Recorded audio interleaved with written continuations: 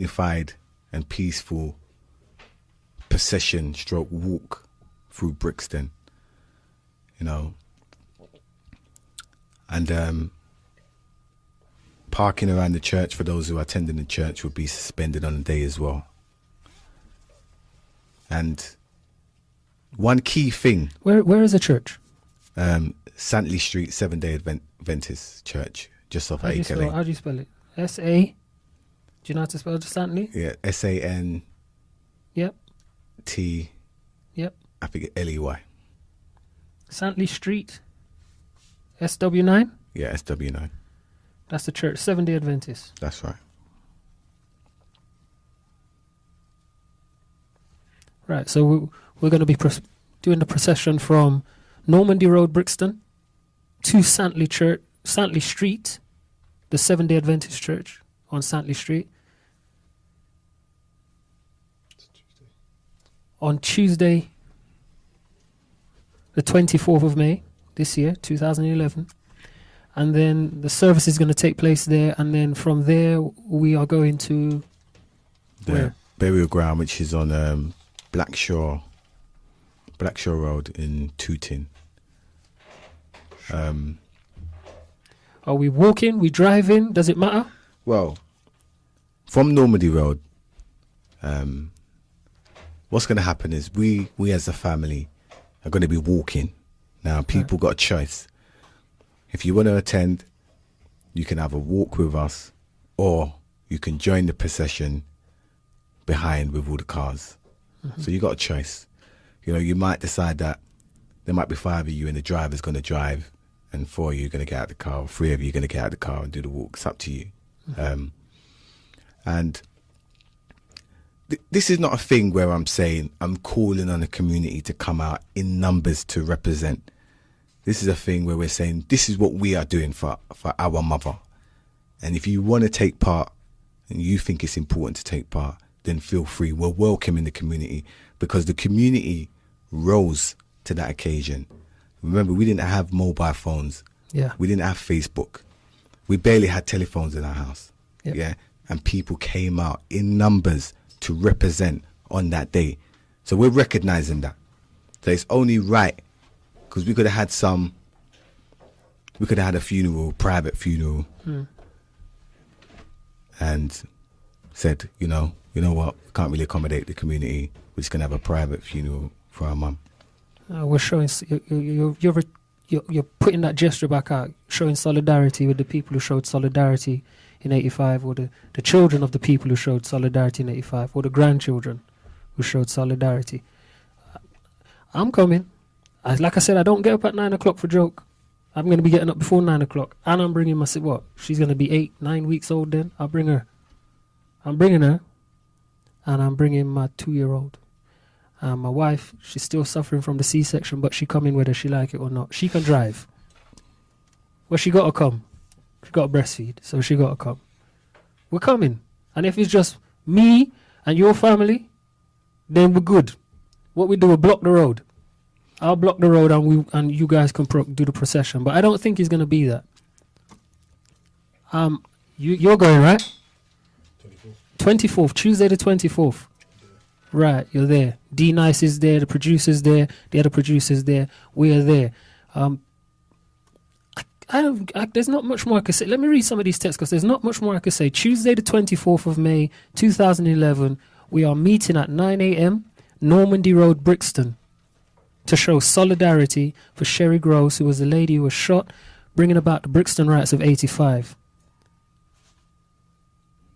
She performed and carried herself impeccably after that day. She died on Easter Sunday this year, and one of our celebrity greats is her son. You've been to his parties, you've been to his events, you've been to the Soul Showcase or the club night. You've been entertained by this man. He's one of us. He's one of ours. We need to show some unity by turning up at 9 a.m.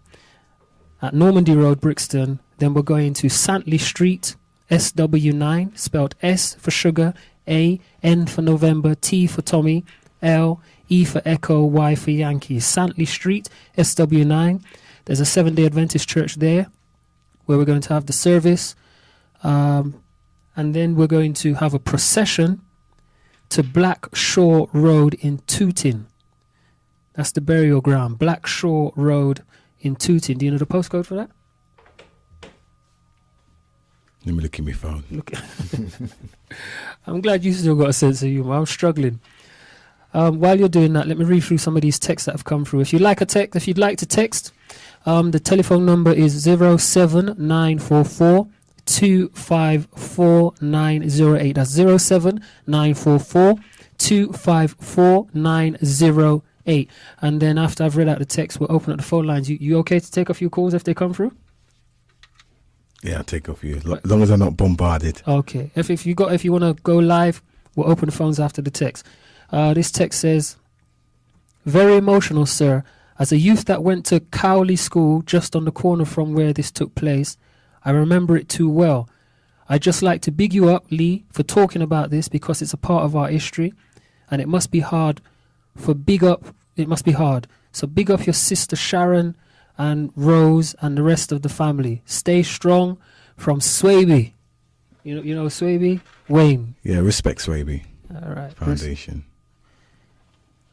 This text here says, rise up, Brandy Lee. I'm a silent listener to this interview. It's great and makes compelling radio. Don't directly know you, but seen you around and you are never on a hype. If Brandy Lee says bricks to stand still, let's make it happen.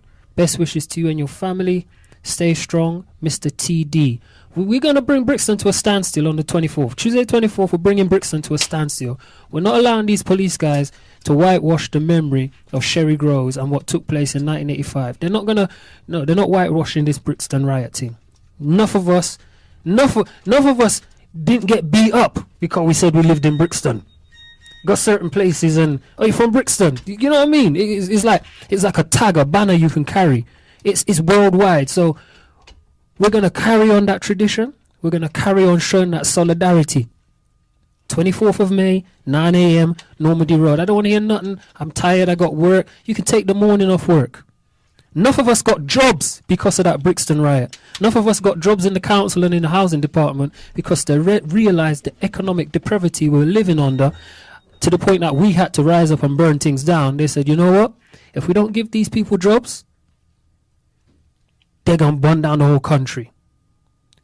Enough of our school teachers, project workers, housing officers, general council workers got jobs as a result of the uprising that took place in 1985 and prior. All right? So just to understand how you've benefited from it, you can take that morning off.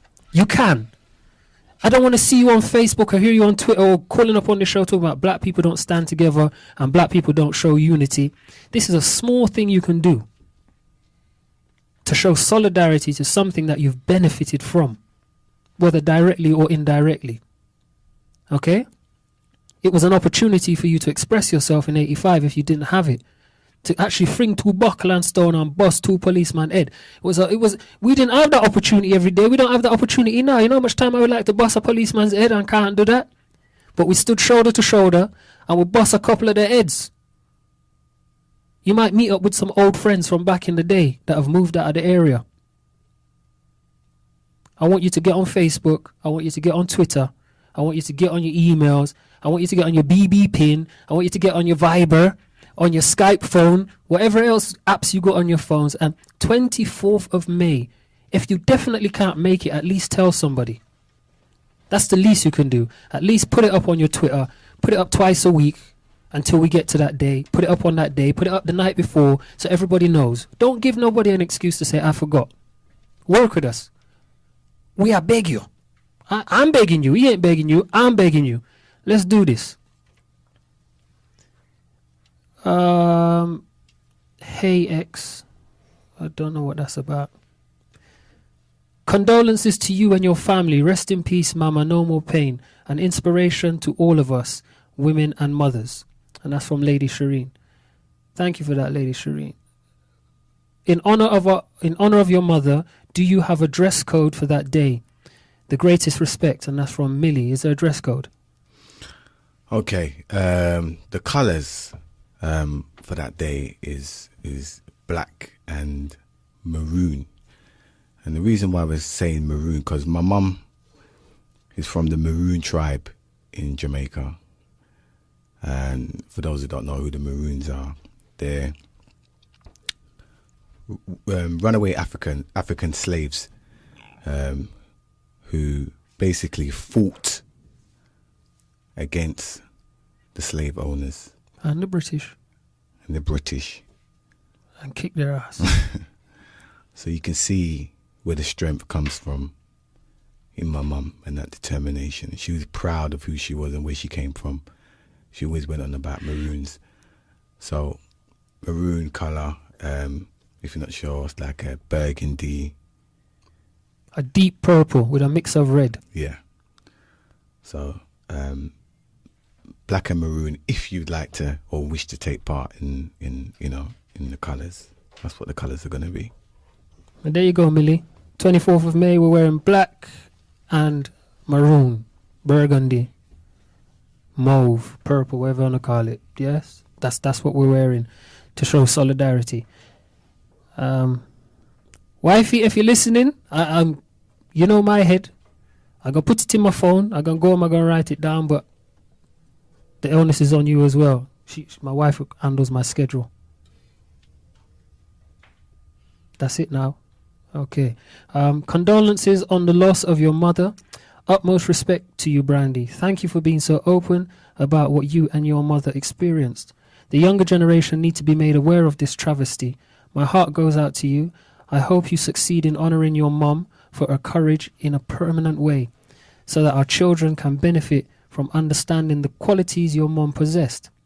These are in short supply, and we are the power collectively for it.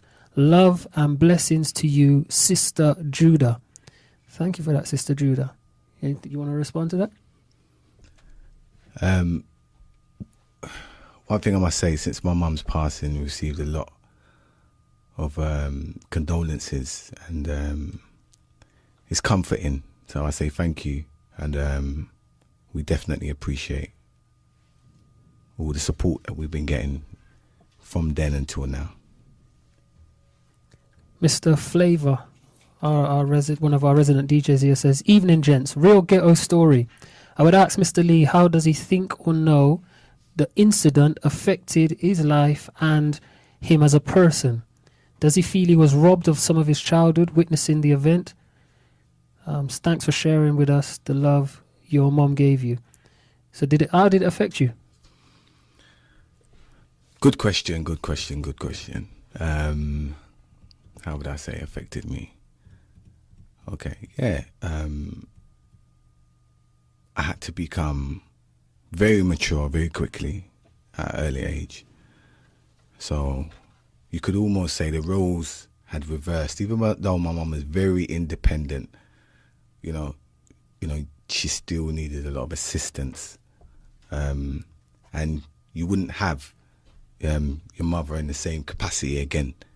So mum was a single mother, raising kids. So simple things like you might have parents' evening, your mum can't come to the school, or there's some kind of issues at school, your mum can't come to the school. Your mum can't take you nowhere again. You might not get that sort of affection that you would expect to get before, because mum's dealing with her own issues. Do you understand what I'm saying to you? And trying to survive what she's been through. So, yeah, that was there. But I did not at any time believe that I was a victim.